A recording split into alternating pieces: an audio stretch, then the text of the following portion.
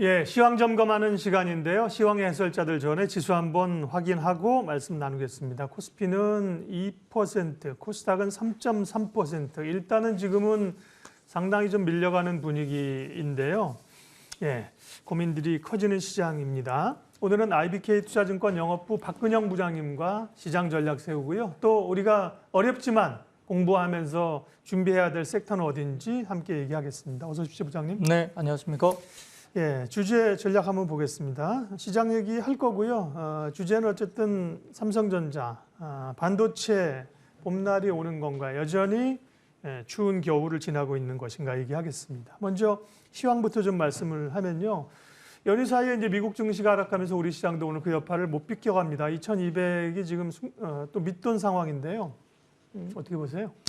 네, 이제 근본적인 원인은 경제 지표에 달려 있는 겁니다. 네. 지금 주말에 9월 미국 고용의 견조함을 확인한 이후에 금리 인상에 대한 우려가 여전히 그 미국 증시에도 급락 반전을 보였던 모습을 볼 수 있겠고, 사실은 경제 지표가 잘 나왔는데 아이러니하게도 이제 주가는 더 많이 빠지는 네. 그런 국면으로 갈 수 있습니다. 결국 이제 아직까지도 1차 충격 변수, 결국 이제 긴축의 시장은 이제 휘둘리고 있다 볼 수 있겠고요. 아직 경기라는 2차 충격 변수가 남아 있습니다. 경기라는 것은 역시 이제 실적에 대한 규모인데 역시 하향 조정되고 있는 부분들이 아직은 남아 있다는 점에서 하방에 대한 부분들이 조금 더 시기적으로 보수적으로 좀 봐야 되지 않을까 싶습니다. 이번 주 12일 날 PPI 그리고 13일 날 CPI 발표가 되기 중에 있기 때문에 PPI, CPI는 둔화 예상을 하고 있습니다만 문제는 코어 PPI와 코어 CPI인데 결국은 코어 PPI 같은 경우는 8월 6.3에서 이번에 6.5%로 아마 2개월 연속 반등 예상이 된다는 점에서 CPI 헤드라인 쪽이 좀 빠진다 하더라도 코어 쪽이 다소 빠지지 않고 상승 쪽으로 좀 더 갈 수 있다는 점이 경계를 하는 부분입니다. 클리브랜드 연은의 인플레이션 나우 같은 경우도 지금 9월 코어 CPI 전망을 6.64 정도로 집계하고 있기 때문에 다소 금리 인상에 대한 부담이 가중될 수밖에 없다는 측면에서는 수요일 날 발표되는 13일 CPI 관련된 부분들을 좀 확인하고자 하는 여전히 이런 부분들의 심리가 있지 않을까 싶습니다. 지금 대부분 다 연내 기준금리가 4.5에서 4.75까지 도달할 것에 대한 우려를 상당 부분 지수는 선반영하고 있다 볼 수 있는데 컨센서스를 아까 말씀드렸던 코어 CPI가 좀 더 올라가는 모습이 보인다 하더라도 이를 크게 상회하는 충격이 아니라고 한다면 시장은 오히려 금융시장 반응이 오히려 13일 날 이후 나쁘지 않을 것으로 볼 수 있습니다. 왜냐하면 아까 말씀드렸듯이 미리 선반영됐다고 볼 수 있는 상황이죠. 따라서 단기적으로는 좀 트레이딩 전략의 여지는 남아있다고 생각은 하는데 다만 지금 기존의 주도 업종보다는 다소 좀 낙폭과대 업종 쪽으로 조금은 매기가 다소 갈 수 있다는 점도 좀 볼 수 있겠고요. 상대적으로 지난 주말 삼성전자나 LG전자 실적 가이던스가 예상보다 크게 부진했지만 지금 글로벌 시장에 대비해서는 상당히 좀 상대적으로 선방하고 있다. 이런 모습도 결국은 상당 부분 하향 조정 실적이 눈높이가 낮아져 있다 볼 수 있는데 여타 업종보다 낙폭 과대하는 입장에서는 저가 매수세가 유입될 수 있다 볼 수 있습니다. 따라서 정치 전망에 있어서는 최근의 이익 전망 추이보다는 향후에 앞으로 이익 전망에 대한 변화의 부분, 특히 이제 반도체를 중심으로 한 IT 부분들이 상당 수준의 이익 전망이 하향 조정됐다는 점에서는 눈높이 레벨 다운에 따른 단기적인 낙폭 과대 섹터에 관련된 기술적 반등이 충분히 가능한 점에서 여기에서 위안을 좀 찾을 수 있겠습니다. 네. 2200은 이제 그렇게 신뢰할 만한 지수가 이제 아니고요. 오늘도 2200 밑으로 갔는데 전저점이 9월 말에 2130이에요. 네. 그러면 전저점을 좀 훼손할 가능성도 있는지 바닥 라인은 어느 정도 좀 잡고 또 이제 반등도 말씀하셨는데 반등한다면 또 어느 정도까지 밴드를 위아래로 어느 정도 설정을 해놔야 됩니까? 수급에 대한 이슈 때문에 사실 저점은 어느 정도까지 갔다 올 수도 있는 부분이고 역시 네. 이제 오늘같이 이렇게 투매가 계속 나온다고 한다면 또 이제 많이 줄어있는 신용대출 잔고가 줄어는 있지만 그럼에도 불구하고 일부 또 반대매매 물량이 나올 수 있습니다. 지금 2150 정도 수준 언저리에서는 이제 지난 저점이기 때문에 1차 지지라인 쪽이 보일 수 있는데 기술적으로 봤을 때 지금 12월 관련된 PBR 0.8배까지 만약에 지난번 빠졌던 과거 기준까지 본다면 2180에서 2100 정도가 나옵니다. 그렇기 때문에 뭐 2150 밑으로 내려갔을 때 2100 정도까지 만약에 수급적으로 추락이 나온다면 네. 단기 저점 구간은 좀 볼 수 있겠고, 다만 아까 말씀드렸던 EPS 하향 조정이 추가적으로 어느 정도 또 나오느냐에 따라서 이 PBR도 달라질 수 있는 구간이기 때문에 여기에 따라서는 뭐 2050 정도까지 뒷밸류 말을 하는 일부 증권사 하우스도 있는데요. 이 부분은 EPS 하향 조정이 정말 스탑이 될 것인가, 아니면 추가적으로 더 EPS 하향 조정이 나올 것인가에 따라 저점에 대한 부각은 좀 더 달라질 수 있다 말씀드리겠습니다. 네.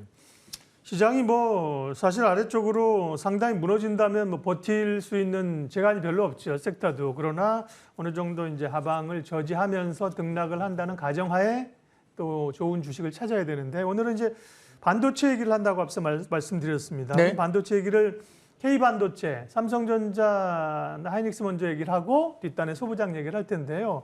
굉장히 어렵다가 뭐 이제 뭐 실적도 사실은 안 좋게 나왔고 삼성전자. 근데 이제 악재가 어느 정도 반영된 거 아니야? 내년 뭐 1분기 돌아까지 안 좋다면 네. 지금 살 때 아니야 이러면서 올라오다가 네. 오늘 또 이제 시장 영향으로 밀리거든요. 삼성전자는 어떻게 보세요? 네, 뭐 전자가 밀리고는 있지만 사실 오늘 외국인들이 또 많이 사는 1등 종목은 SK 하이닉스, 예. 그다음에 2등은 LG 에너지 솔루션 이렇게 사고 있죠. 그래서 지수 방어는 이 두 종목에 대해서 외국인들이 사고 있다는 점 때문에, 특히 지금 현재 구간으로 SK 하이닉스 같은 경우는 0.8%, 뭐 0.9% 그렇게 많이 또 안 밀립니다. 하이닉스는 삼성전자보다도 좀 단단한, 그죠? 밀리긴 하지만 단단한 모양새를 예, 나타냅니다. 그리고 예. LG 에너지 솔루션 같은 경우는 플러스권으로 돌아섰고요. 그래서 네. 외국인들이 지금 신흥국 중에서도 지난주까지만 본다면 한국 시장만 유일하게 많이 이제 순매수를 했다고 알려져 있기 때문에 그 가운데서는 결국은 삼성전자 하이닉스에 대한 외국인들의 수급이 들어왔다 보시면 좋습니다.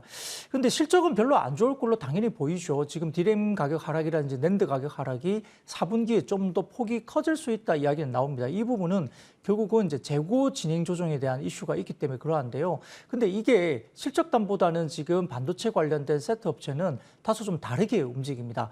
실적이 좋다고 발표하면 그날 오르느냐, 삼성전자 하이닉스 그러지 않은 경우가 대부분 많고요. 그렇죠. 예. 실적 쇼크가 나온 날 오히려 이제 주가가 오르는 경우가 되게 많죠. 예. 근데 최근에 핵심적인 요소는 결국은 캐펙스 축소에 방점이 있다 볼 수 있습니다.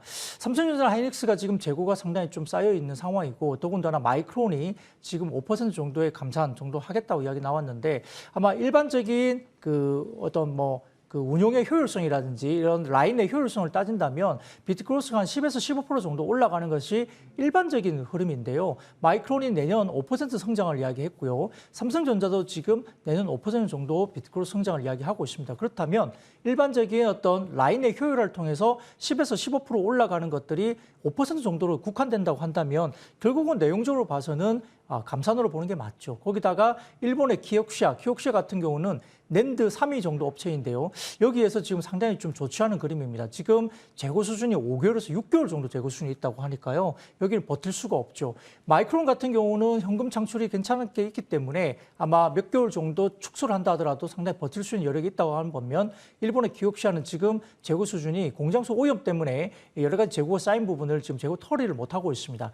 여기에 따라 지금 10월 달부터 30% 감산에 들어간다는 이야기 나오면서 글로벌 지금 세트 업체들이 지금 반도체가 감산에 들어갑니다. 그러면 재고 소진 속도가 좀 빨라지면서 아마 어떤 업황 사이클이 좀 더 빨라지는 업 사이클이 좀 빨라진다 이렇게 이야기를 되고 있죠. 일반적으로 반도체 같은 경우는 한 6개월 정도 선행한다는 점에서는 지금 4분기 이번에 캐펙스 축소에 대한 이슈가 결국은 주식 저점을 좀 잡는 기회가 아닌가, 이렇게 오히려 해석이 되면서 외국인들은 국내 반도체 관련된 쪽을 상당히 많이 사고 있습니다. 근데 이와 관련해서 반도체 관련해서 소부장은 그럼 어떨까요? 소부장 같은 경우는 캐펙스가 축소되거나 아니면 지연된다면 역시 실적이 좋지 않을 가능성이 높습니다.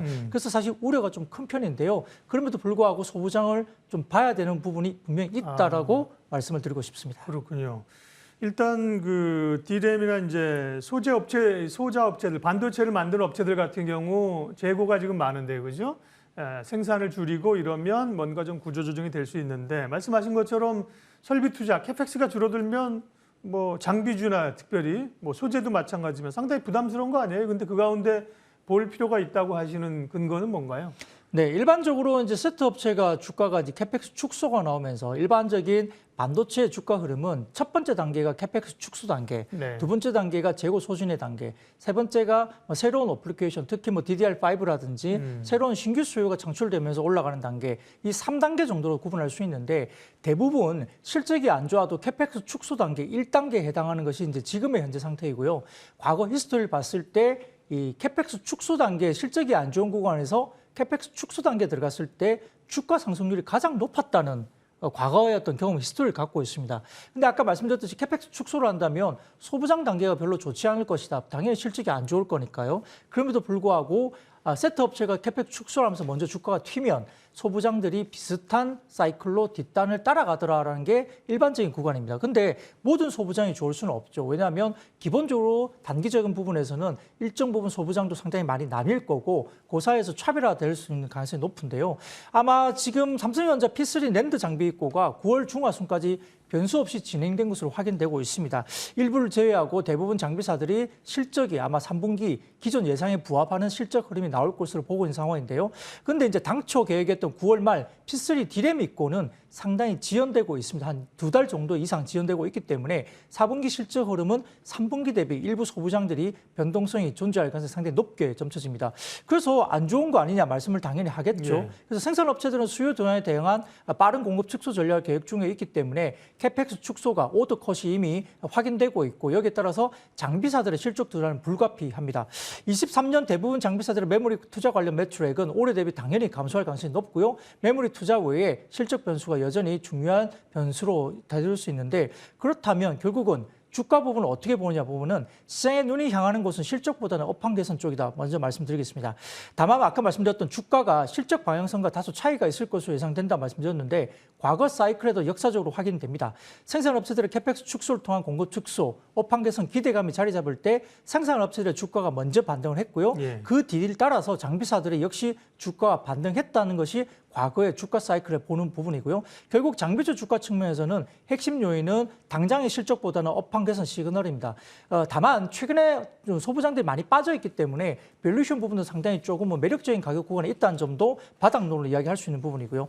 따라서 모든 소부장을 볼 필요는 없고요. 여기에 따라서 상당히 좀 차별화되는 일부 소부장을 보자는 것이 제 이야기인데 결국 거기에서 뭘 봐야 되냐? 이 부분은 호실적을 시현한 장비사들이 올해 내년 실적으로 상당히 실적 매력도가 높아질 가능성이 높은데요. 거기에는 여기에 있습니다. 장비주가 모든 장비주가 그대로 가는 것이 아니고 인프라 투자 그러니까 부진한 업황에 따른 캐펙스 축소 구간에서는 가장 확실한 건 생산업체들의 앞단의 인프라 투자입니다. 그 예. 관련해서는 실적 가능성이 높은 것이 결국 클린룸이라든지 CCSS 등 인프라 장비사가 가장 부각될 수밖에 없고 이 부분은 삼성이 지금은 아주 계획대로 계속적으로 차곡차곡 인프라 투자는 하고 있다. 장비 발전을 하고 있다는 거고요. 아까 디램 장비 같은 부분들은 지연되거나 축소되는 부분이면 클린룸이나 CCS 등 어떤 그 인프라 장비는 계속적으로 부각이 될 가능성이 높습니다. 그래서 23년 생산업체들의 적극적인 인프라 투자 계획은 그대로 간다는 점에서는 아마 인프라 장비사들의 실적 성장성은 굉장히 가파를 가능성이 높다는 점에서 차별화가 될 가능성이 높고요. 예. 두 번째로는 고객사 다변화인데 실적 변수 다각화가 분명히 되겠죠. 여기에 따라서 국내뿐만 아니라 중화권이나 인텔 그리고 매출처 다각화 특히나 국산화 그다음에 비메모리, 그다음에 일부 메모리 장비사들 가운데 비메모리를 하면서 태양광이나 2차 전지 쪽에 장비를 같이 하는 곳 그리고 신규 장비를 하는 쪽이 있습니다. 더군다나 보안 투자 수혜주로서 마켓 쉐어를 좀 더 높여가는 장비 업체들 같은 경우는 상당히 메모리 투자 축소 구간에서도 실적 방어력이라든지 실적 변수의 다각화를 통해서 차별화된 주가가 될 수 있다는 점에서 주목을 할 필요가 있다고 말씀드리겠습니다.